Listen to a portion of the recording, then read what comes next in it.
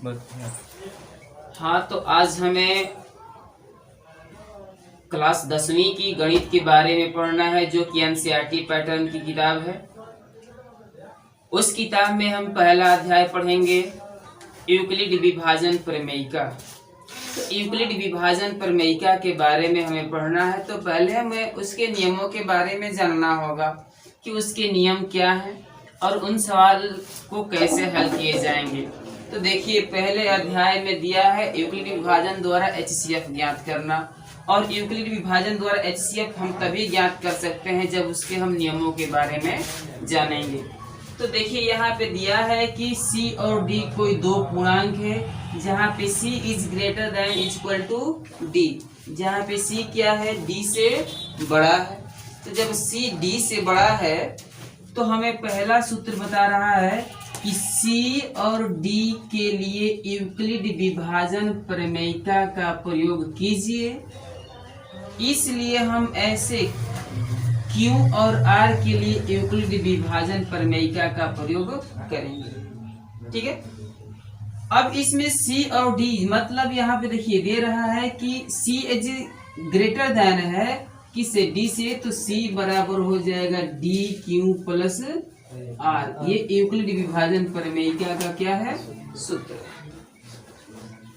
अब कह रहा है कि यदि R बराबर 0 है तो D पूर्णांकों को C और D का एचसीएफ क्या है, कि यदि R बराबर 0 है तो D पूर्णांकों C और D का क्या है, एचसीएफ है। जो D होगा, जो यहाँ पे बचता है, वही क्या होता है, एचसीएफ होता है। जैसे कि हम उदाहरण के तौर पे आपको समझाएंगे तो आपको अवश्य ही उसमें समझ में आएगा कि कैसे यह पूर्णांक माना गया है और कैसे एचसीएफ होगा। इस प्रक्रिया को तब तक जारी रखिए जब तक कि शेषफल शून्य प्राप्त न हो जाए। इस स्थिति में प्राप्त भाजक ही वांछित एचसीएफ कहलाता है। जो भाजक होता है वही एचसीएफ कहलाता है, मतलब कि मौसक कहलाता है। उदाहरण के तौर पे जैसे कि दे दिया है 455 और 42, तो 455 और 42 का हमें एचसीएफ प्राप्त करना है। तो कैसे हम करेंगे, देखिए, जो हमारा यूक्लिड विभाजन प्रमेयिका में पूर्णांक दिया था C, तो जो इसमें सबसे बड़ी संख्या होगी वो क्या हो जाएगी, पूर्णांक, यानी कि क्या हो जाएगी, C हो जाएगी। ठीक ना, तो यहाँ पे C की जगह पे हम क्या लिख देंगे, 455 लिख दिया गया, और बराबर D क्या हो जाएगा, तो D यहाँ पर भाजक हो जाएगा, यानी कि भाजक क्या है, 42 हम लिख दिए। अब इस स्थिति में हमें क्या करना होगा कि इतना हम कैसे प्राप्त कर पाए, मतलब कि हमें R के जगह पे शून्य लाना है, 0 लाना है, तभी जाकर के हल हो पाएगा। अब देखिए, तो हम इसमें क्या करते हैं कि Q क्या है यहाँ पर, तो Q यहाँ पे इसका है भागफल। हम इसमें क्या करते हैं, गुणा कराते हैं, कितनी बार से गुणा कराएंगे। अगर ऐसे आपको नहीं आ रहा है तो पहले आप क्या करेंगे कि पहले आप यहाँ पे ऐसे एक बनाएंगे और यहाँ पे लिख देंगे 42, और यहाँ पे हो जाएगा 455 लिख दिए, 42 और 455। अब हम क्या करेंगे कि इसका इतनी बार पहाड़ा पढ़ें कि हमें नियर अबाउट इतना चल जाए। तो अगर हम 10 बार जाते हैं तो इतना चलेगा, 11 बार जाकर के देखते हैं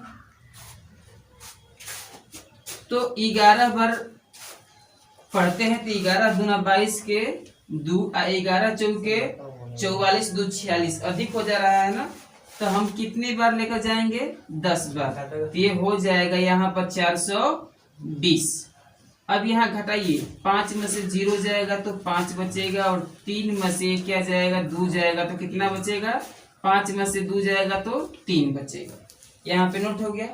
अब देखिए, ये 42 है जो कि यहाँ पे लिखा है, इसमें कितने से गुणा कराना है हमें, 10 से, तो Q बराबर क्या मान लेंगे, 10, और R की जगह पे कितना बचा यहाँ पे, 35 यहाँ पे लिख दिया गया। अब यहाँ पे क्या बच रहा है, 42। तो अब हम 42 को क्या करेंगे, D मान लेंगे, C मान लेंगे, पूर्णांक मान लेंगे, तो ये हो जाएगा 42 इक्वल टू, अब आर को क्या मान लेंगे हम, भाजक मान लेंगे, ठीक है। तो यहाँ पे हो जाएगा 35। अब इसमें हम कितनी से गुणा कराएं कि 42 से रह जाए, तो अब देखिए यहाँ पे ऐसे गिर दीजिए और इस अंक को यहाँ उतारिए। तो इसको जब आप यहाँ पे नोट कर देते हैं तो यहाँ पे क्या हो गया, 35 से कम है 35, कितना बचा, तो यहाँ 7 बच रहा है। तो आप इसमें कितने से गुणा कराए हैं, 1 से, अब प्लस 7। अब इसमें बड़ा नंबर क्या है, 35। अब इसको C मान लीजिए और यहाँ पे यह प्रक्रिया तब तक चलती रहेगी जब तक कि शेषफल शून्य प्राप्त न हो जाए। तो 35 बराबर 7। अब इसमें हम कितने से गुणा कराएंगे, तो 1 से गुणा कर, 5 से गुणा कराएंगे, 7 पचे 35, अब प्लस आर की जगह पे क्या आ गया, 0।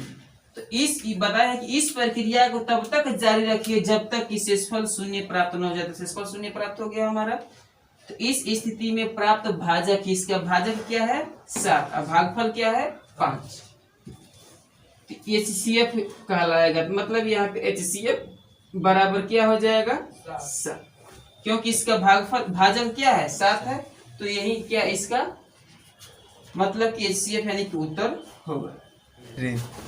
तो जो हम आपको अभी इसके सूत्र के बारे में उदाहरण समझाए हैं, सूत्र समझाए हैं, यदि वो आपको समझ में आ रहा है तो हम प्रश्नावली 1.1 पढ़ेंगे। और प्रश्नावली 1.1 में क्या कह रहा है कि निम्न संख्याओं का HCF ज्ञात करने के लिए यूक्लिड विभाजन एल्गोरिथम का प्रयोग कीजिए। ये आपका क्वेश्चन दिए गए हैं। यदि आपको ये समझ में आ रहा है तो आप हमारे चैनल को अवश्य सब्सक्राइब करेंगे, लाइक करेंगे और शेयर करेंगे। अब चलिए देखिए, ये जो है क्वेश्चन, ये क्या है कि 135 और 225 का हमें क्या करना है, एल्गोरिथम विभाजन द्वारा, मतलब कि यूक्लिड विभाजन द्वारा क्या करना है, HCF ज्ञात करना है।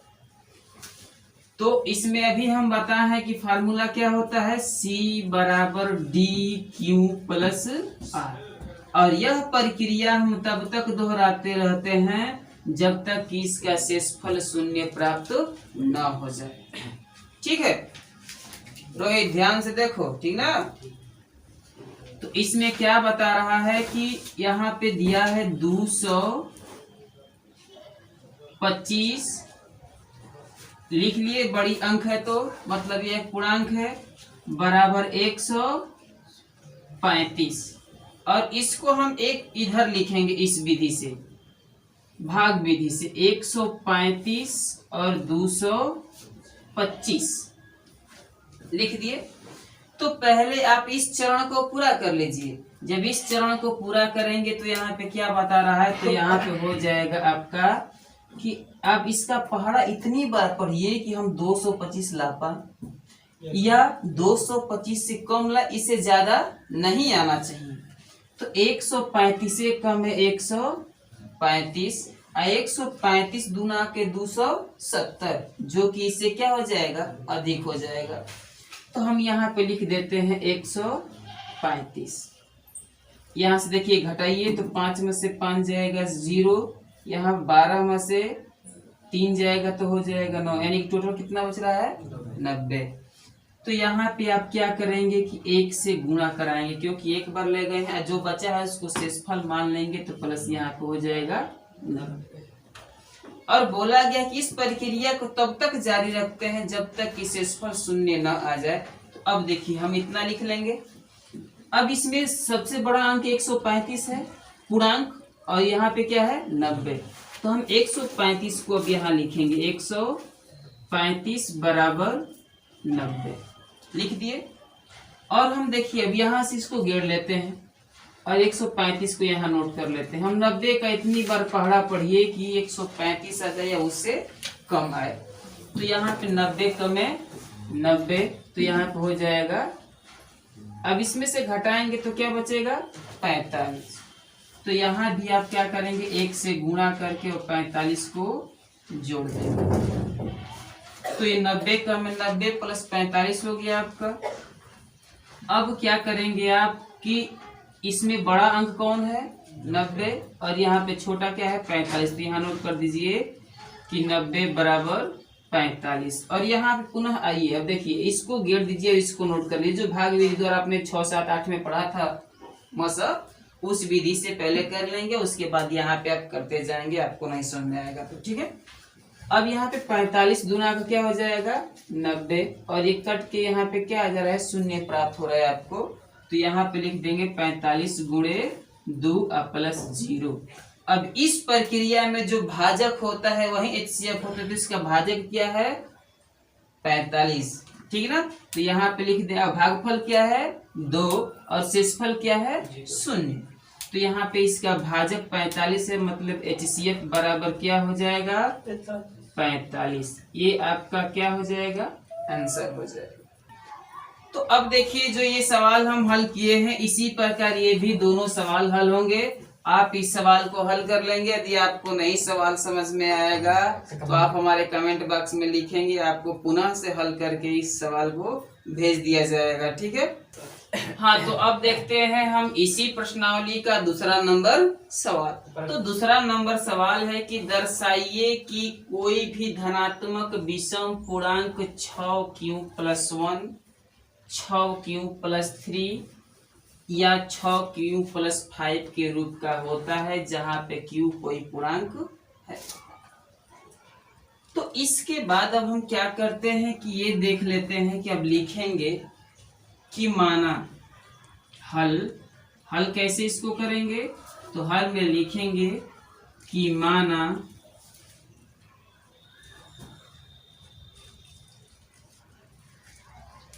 A तथा B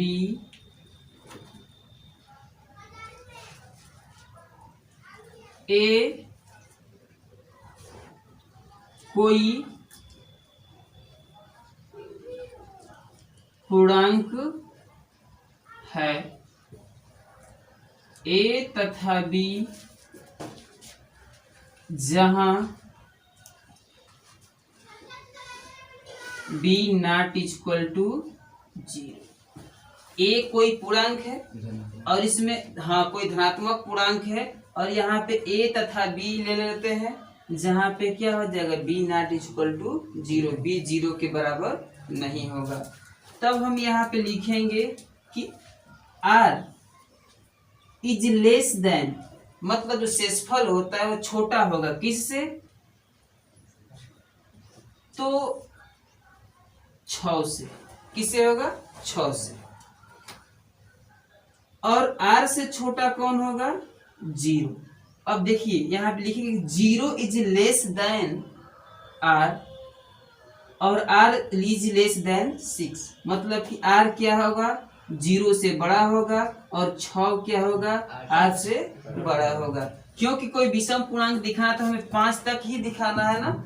जब 5 तक दिखाना है तो हम दिखाएंगे कि यहाँ पे 0 R से छोटा है, मतलब कि 0 नहीं हो सकता है, और यहाँ पे 6 जो कि क्या है R से बड़ा है, मतलब कि R जो है कि छोटा होगा किससे 6 से। इससे हम अधिक कोई अंक नहीं ले सकते हैं, ठीक है। तब हम यहाँ पे लिख देंगे कि 6q + 2, 6q + 4, 6q + 6। यह एक विषम धनात्मक पूर्णांक है जो कि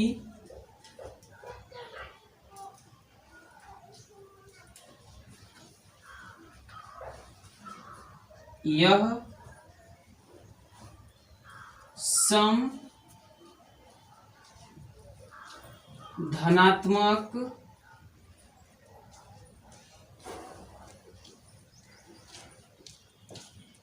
पूर्णांक है। देखिए यह है क्या है सम है, हमें सीधे क्या करना है विषम। तो अब इसमें हम लिख देंगे कि 6q + 1, 6q + 2, 6q + 3। 2 यहाँ पे नहीं लेंगे, यहाँ पे 3 हो जाएगा और यहाँ पे 5 हो जाएगा। यह क्या है, यह एक धनात्मक विषम पूर्णांक है। तो यहाँ लिख देंगे कि यह धनात्मक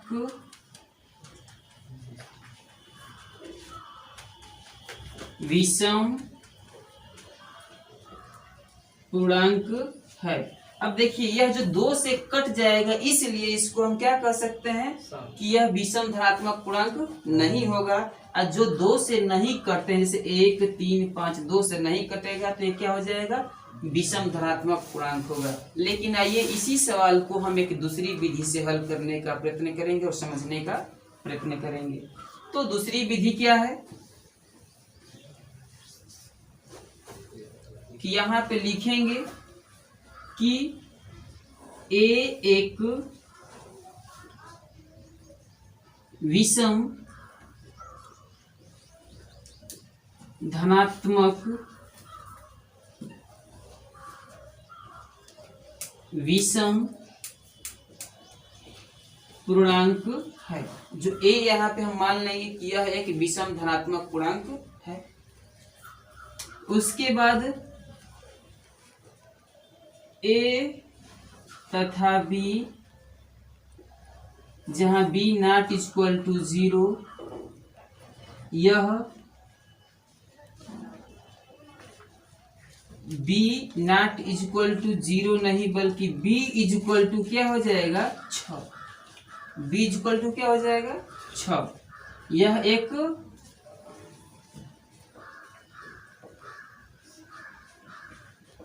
पूर्णांक है। यह क्या है, एक पूर्णांक। तो जहां r बराबर लिख लेंगे कि जहां r बराबर 1, 2, 3, 4, 5, 6, तो इसको हम लिख सकते हैं कि r क्या हो जाएगा, 0 से बड़ा हो जाएगा और यहाँ पे क्या हो जाएगा, 6 से छोटा हो जाएगा।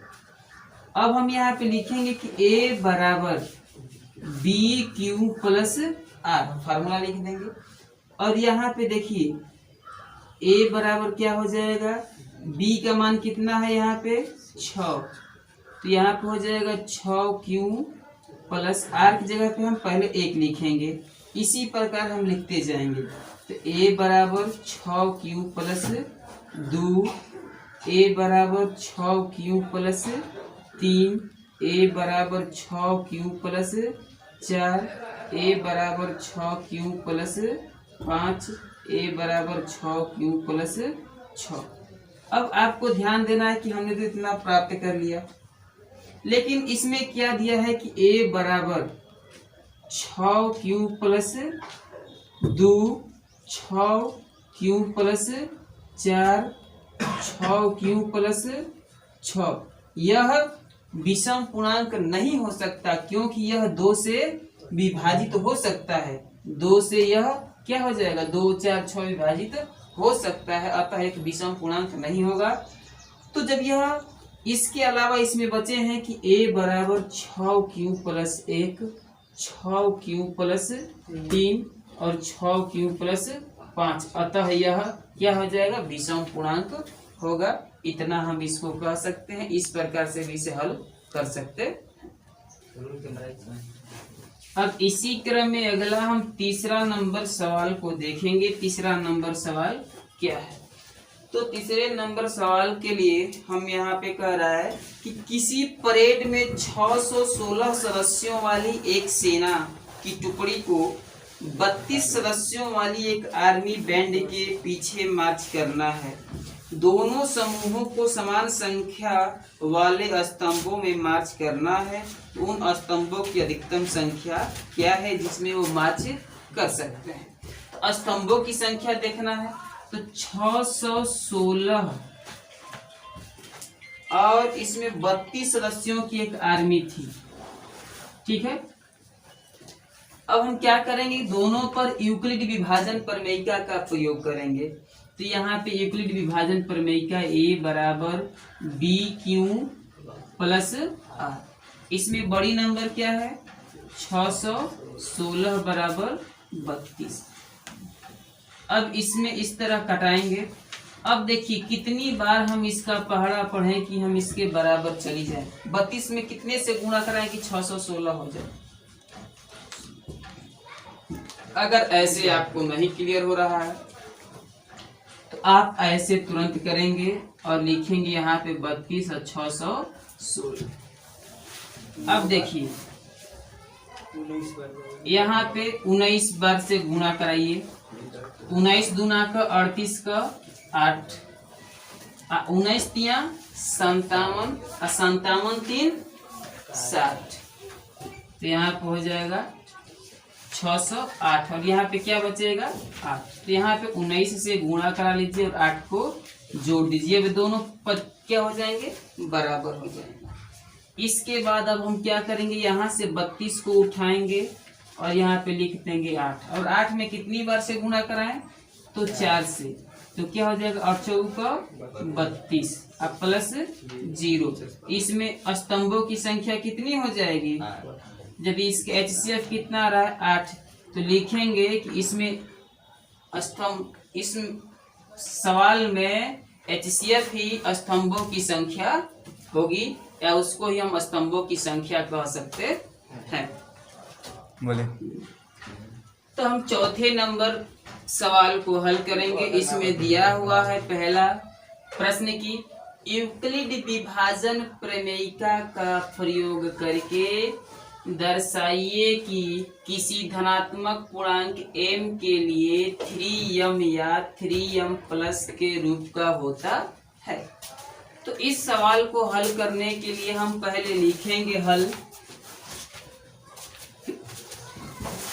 माना x एक धनात्मक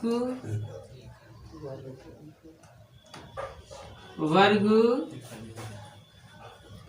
पूर्णांक है, तब हम इसे 3q प्लस 1 तथा 3q प्लस 2 के रूप में लिख सकते हैं। इतना आपके किताब में संकेत के रूप में भी क्या है दिया है। क्या है प्रश्न की यूक्लिड विभाजन प्रमेयिका का प्रयोग करके दर्शाइए कि किसी धनात्मक पूर्णांक m के लिए 3m या 3m प्लस के रूप का होता है। तो हम पहले लिखेंगे कि माना कि x एक धनात्मक वर्ग पूर्णांक है, तब हम इसे 3q या 3q प्लस 1 या 3q प्लस 2 के रूप में लिख सकते हैं। अब हम यहाँ पे लिख लिए क्या, पहले लिखेंगे कि x बराबर 3q लिख दिए।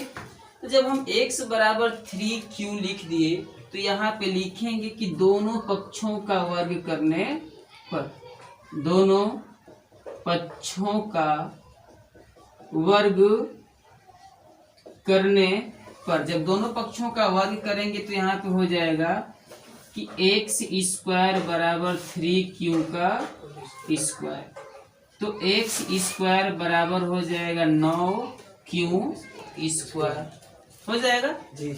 अब यहाँ पे x स्क्वायर बराबर इसको लिखेंगे कि 3 इंटू 3q स्क्वायर। अब हम यहाँ पे लिखेंगे कि जहाँ m बराबर क्या हो जाएगा 3q स्क्वायर, जहाँ m बराबर क्या मान लेंगे 3q स्क्वायर। अब देखिए यहाँ पे लिख देंगे कि x स्क्वायर बराबर 3 इंटू m, मतलब बोला था 3m के रूप में या 3m प्लस 1 के रूप में हो सकता है। तो यहाँ पे लिख दिए x स्क्वायर बराबर 3m, या इसको हम ऐसे भी कर सकते हैं कि 3m। अब इसी क्रम में दूसरा मानेंगे, लिखेंगे कि x बराबर 3q प्लस 1। अब हम इसको ले लेते हैं। जब इसको लेकर के यहाँ भी लिखेंगे कि दोनों पक्षों का वर्ग करने पर, दोनों पक्षों का वर्ग करने पर, तो यहाँ पे हो जाएगा x स्क्वायर, यहाँ पे 3q प्लस 1 का स्क्वायर। तो यहाँ हो जाएगा कि x स्क्वायर बराबर 3 यहाँ पे 9 हो जाएगा 3 का, a प्लस बी के होल स्क्वायर पर तोड़ देंगे तो यहाँ पे हो जाएगा कि 9q का स्क्वायर प्लस a का प्लस 6q। अब यहाँ पे x स्क्वायर बराबर यहाँ से क्या करेंगे हम कि इसमें और इसमें से क्या करेंगे 3 को कॉमन कर लेंगे। तो जब 3 कॉमन होगा तो यहाँ बचेगा 3q स्क्वायर और प्लस 2q और यहाँ पे प्लस 1। अब लिखेंगे कि जहाँ m बराबर 3q स्क्वायर प्लस 2q, अब इतने के जगह पे हम क्या लिख देंगे m, तो हो जाएगा x स्क्वायर बराबर 3m प्लस 1। पहले ही सवाल में जो पूछा है उस तरह हमने क्या कर दिया 3m प्लस 1 के रूप में हमें प्राप्त हो गया। तो हम कह सकते हैं कि किसी भी धनात्मक पूर्णांक के लिए पूर्णांक m के लिए 3m या 3m प्लस 1 के रूप का होता है, जो कि आपका यहाँ पे उत्तर प्राप्त हो रहा है। चलिए तो 5 नंबर सवाल जो हम चौथे नंबर सवाल जैसे हल किए थे वर्ग का था, और 5वां नंबर सवाल है जो कि आपका घन पे है। तो कह रहा है कि यूक्लिड विभाजन प्रमेयिका का प्रयोग करके बताइए कि किसी धनात्मक पूर्णांकों का घन 9m प्लस 1 और 9m प्लस 8 के रूप का होता है।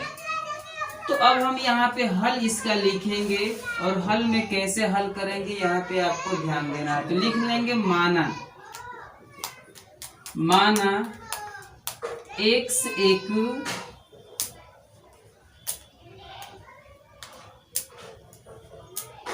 धनात्मक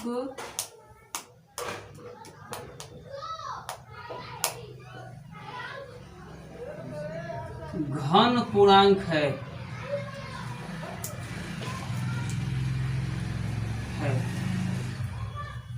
तथा इसे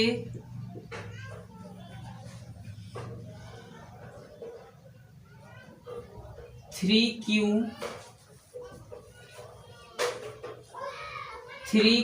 प्लस 1 3q प्लस 2 के रूप में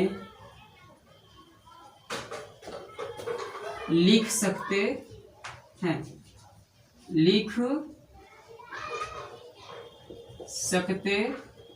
अब इसको हमने क्या कर लिया, लिख लिया। ये सवाल दिया है, हम अपने से लिखेंगे 3q प्लस 1 3q प्लस 2। अब इसके बाद लिखने के बाद हम यहाँ लिखेंगे कि x बराबर 3q। तो हम x बराबर जब 3q लिख लेते हैं तो अब यहाँ पे लिखेंगे कि दोनों पक्षों का घन करने पर, दोनों पक्षों का घन करने पर, तो जब घन करेंगे तो हो जाएगा x क्यूब बराबर 3q का क्यूब। तो यहाँ पे हो जाएगा कि x क्यूब बराबर 27q का क्यूब। अब यहाँ पे इतना हो गया, तो यहाँ x क्यूब बराबर लिख देंगे कि 3 × 9 29 हो जाएगा। इसको दो रूप में तोड़ेंगे तो अब यहाँ पे q का क्यूब हो जाएगा। अब लिखेंगे कि x क्यूब बराबर 3m। तो देखिए 3m तो हमें सीधा नहीं करना है, हमें क्या सिद्ध करना है 9m। तो हम क्या करेंगे यहाँ पे अब 9 को आगे कर देंगे, इंटू क्या हो जाएगा 3q। तो अब यहाँ पे हो जाएगा 9m। अब लिखेंगे जहां m बराबर 3q का क्यूब, ऐसे हम क्या कर लेंगे नोट कर देंगे। ये हमको क्या करना पड़ रहा है, मानना पड़ रहा है अपने से। अब मान कर कि यहाँ पे हमें इसके रूप में लाना पड़ रहा है। अब इसके बाद दूसरा लिखेंगे कि 3x बराबर 3q प्लस 1। यहाँ भी लिखेंगे दोनों पक्षों का घन करने पर, दोनों पक्षों का घन करने पर। तो यहाँ पे हो जाएगा कि x क्यूब बराबर 3q प्लस 1 का होल क्यूब। इसको हम a प्लस बी के होल क्यूब पर तोड़ देंगे तो यहाँ पे हो जाएगा कि एक्स क्यूब बराबर ये 3q का क्यूब यानी a cube plus B cube अब प्लस 3ab ना, तो यहाँ पे हो जाएगा 3 गुणे 3q अब गुणे 1, अब कोष्टक में 3q प्लस 1 ऐसे लिख दिया गया। सूरज समझ में आ रही बात। अब यहाँ पे 3q कर देंगे, यहाँ पे a cube plus B Q plus 3a और यहाँ पे हो जाएगा b, अब कोष्टक में a प्लस b, ऐसे हम इसको लिख दिए। अब यहाँ पे लिखने के बाद लिखेंगे कि ये क्या हो जाएगा 27q का क्यूब प्लस 1 अब प्लस ये क्या हो जाएगा 9q अब प्लस 3q प्लस 1। अब इसको देखिए इधर करते हैं सब, तो यहाँ पे हो जाएगा कि एक्स क्यूब बराबर 27q, उसके बाद क्या हो जाएगा इसका इसमें गुणा होगा तो 27q square plus 9q plus 1। अब इस 1 को हम अंत में लेकर चले जाएंगे। अब देखिए एक्स क्यूब, इन तीनों में से 9 को क्या करिए कॉमन करिए, तो यहाँ पे हो जाएगा 9 कॉमन, तो यहाँ बचेगा 3q plus 3q square plus q plus 1। अब लिखेंगे कि एक्स क्यूब बराबर 9m प्लस 1, जहाँ m बराबर क्या लिख देंगे 3q का cube plus 3q square plus q, ऐसे हम लिख देंगे। ये इसका दूसरा रूप प्राप्त हुआ। तीसरा क्या कर रहा है कि 9m प्लस 8 के रूप का होता है, तो यहाँ पे लिखेंगे कि x बराबर 3q प्लस 2 और यहाँ भी दोनों पक्षों का घन करेंगे तो एक्स क्यूब बराबर क्या हो जाएगा, ये भी a प्लस बी के होल क्यूब पर ही टूट जाएगा, तो यहाँ पे हो जाएगा 27q का क्यूब प्लस 8 प्लस 2 तिहाई 6 छतरी 18 क्यूब अब प्लस 3q प्लस 2। अब यहाँ पे एक्स क्यूब बराबर हो जाएगा 27q का क्यूब प्लस, अब देखिए इसको इसमें गुणा कराइए तो क्या हो जाएगा 18 तिहाई 54q स्क्वायर 18 दूना के 36q अब प्लस 8। अब इसके बाद एक्स क्यूब बराबर इसमें से आप क्या करेंगे 9 को कॉमन करेंगे, तो जब 9 कॉमन करेंगे तो यहाँ पे क्या बचेगा 3q का क्यूब 9 छके 54 6q स्क्वायर प्लस 9 चौके 36 प्लस 8, तो एक्स क्यूब बराबर हो जाएगा 9m प्लस 8 लिख देंगे, जहां m बराबर